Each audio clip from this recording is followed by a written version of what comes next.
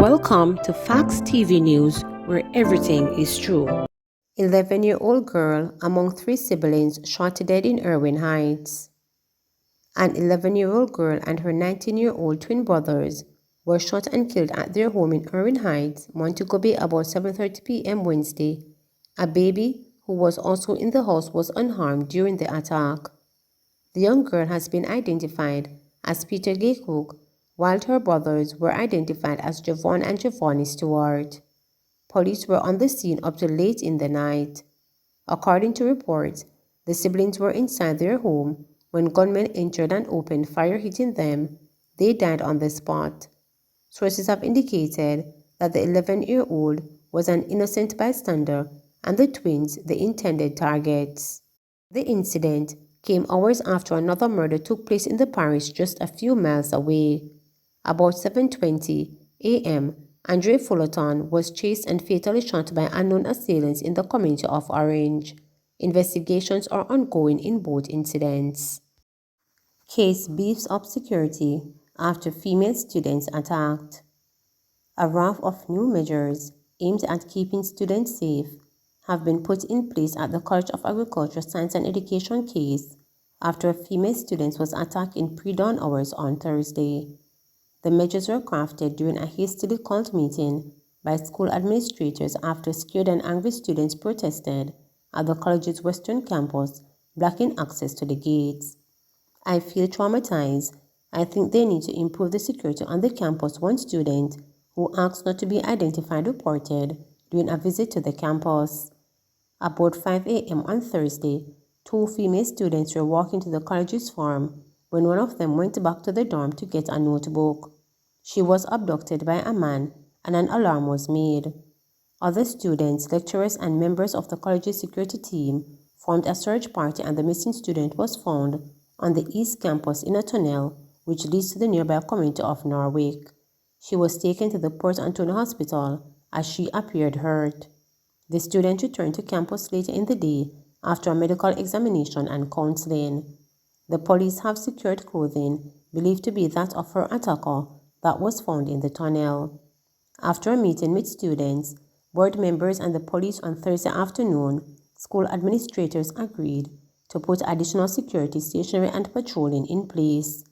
In addition, as of 2 a.m. next Monday, they will provide a shuttle service to transport students to the college farm, and there will also be an increase in the number of surveillance cameras on campus. "It is an unfortunate incident," case president Dr. Derek Delastis told reporters after the meeting.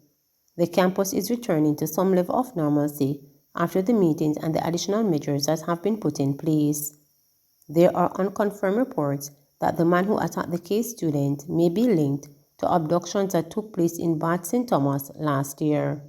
Portland native Davian Bryan is suspected of abducting 9-year-old Felisa Purser, who is a student of Bath Primary and Junior High School, and 13-year-old Winnesha Barrett, a student of Morant Bay High School, in mid-October. Both girls were found alive, but Bryan managed to elude the police. He is believed to be still at large.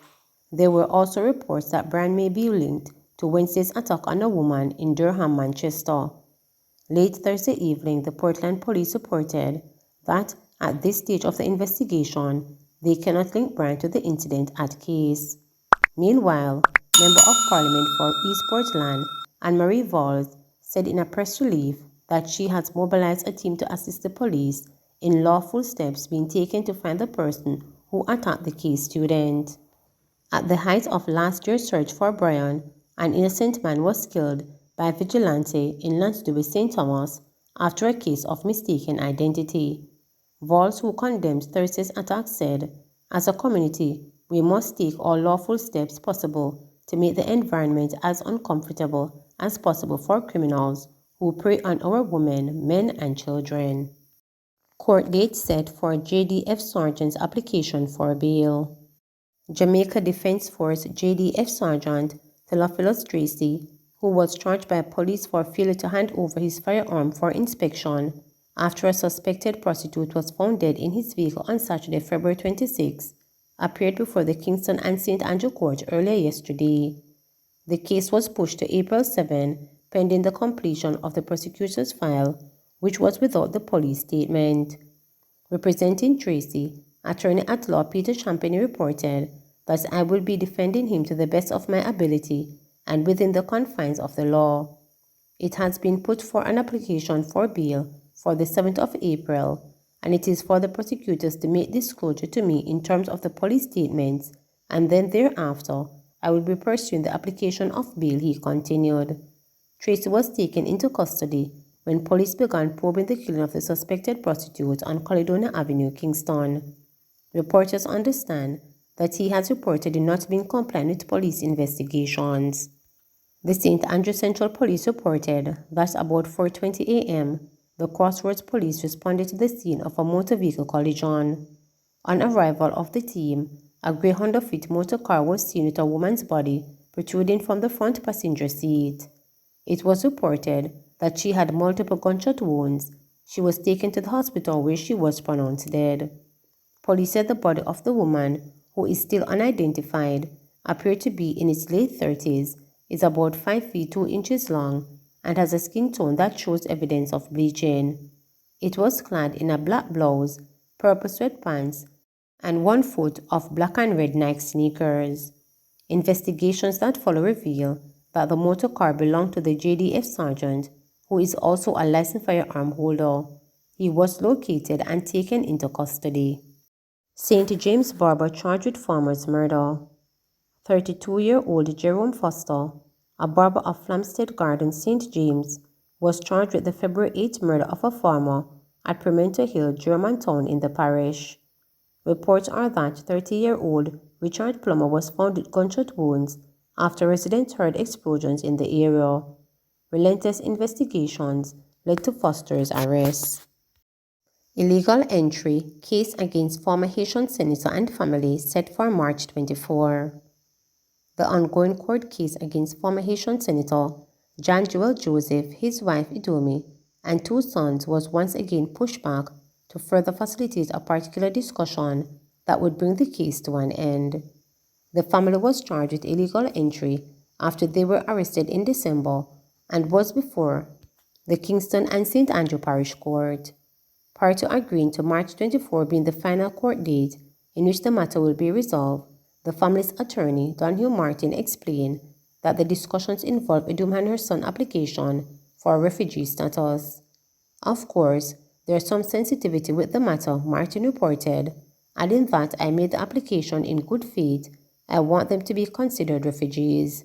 He explained that the facts are that we made an application for 3 of the accused persons to be considered refugees under the relevant convention and protocol. That application was made to our Passport, Immigration and Citizenship Agency. Joseph allegedly fled Haiti after he was linked to the assassination of President Jovenel Moïse last year, July. On February 15, Martin disclosed that 38-year-old Idum and his 2 sons, 18-year-old and 9-year-old, applied to the Passport, Immigration and Citizenship Agency, PICA, for refugee status. I will grant an adjournment until the 24th of March, Senior Parish Judge Lorian Montague Cole said, adding that the defendants will be further remanded. It was revealed that Joseph and his family arrived in the island illegally by boat in December 21, and he is one of 3 key suspects who were being hunted in relation to the July 2021 assassination of former Haitian president. He is the second suspect held in Jamaica. The first was former Colombian soldier Mario Antonio Palacios, who was arrested in late October by the police. Following his court appearance in Jamaica and while being deported to his native land, Colombia, earlier this month, Palacios was notified by U.S. authorities that he was being extradited to America to face charges there. However, Joseph could be sent back to his native land as there is no extradition treaty between Haiti and Jamaica. Morse was killed on July 7 when his hit team invaded the presidential residency and shot him dead. His wife Martine was wounded but survived. Judicial police have questioned at least 21 presidential guards who were present on the fatal night. Robinson urges government not to divest in 20% stake in JPS. Opposition spokesman on finance Julian Robinson is urging the government not to divest its 20% stake in the Jamaica Public Service Company (JPS). We, the opposition, are opposed to this proposal. We believe that JPS is a critical infrastructure and a strategic asset of the country, which is essential for the proper functioning of our society and our economy, Robinson said on Thursday. He was making his contribution to the 2022-2023 budget debate in the House of Representatives. He said the government should retain its stake in the Light and Power Company so it can have a voice at the table. Robinson stressed that the opposition was not against general divestment of government assets. That's not the issue here, and the government has proposed other assets for divestment, and we don't take any issue with that. But we believe JPS is different. It is strategic, and given the impact of energy costs on business competitiveness and the cost of living for Jamaica, we believe it is imperative that the government has a seat at the table and has a voice, Robinson declared. We also believe that at this particular point in time, with oil prices at US $120 per barrel, that we are facing an energy crisis, and it requires the active involvement of the government as a shareholder in a strategic and critical asset such as the JPS, the opposition spokesman added. He gave other reasons for opposing the divestment, including the divestment seems to be motivated simply by a desire to raise revenues to meet some general budgetary activity.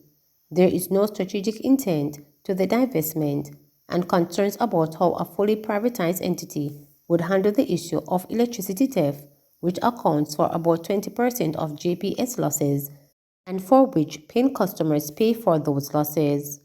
Robinson told the House that JPS will not be able to resolve the issue of electricity theft on its own and therefore requires the active involvement of the government to facilitate consumers of electricity to become customers of the JPS by making it easier and more affordable to connect legally to the grid.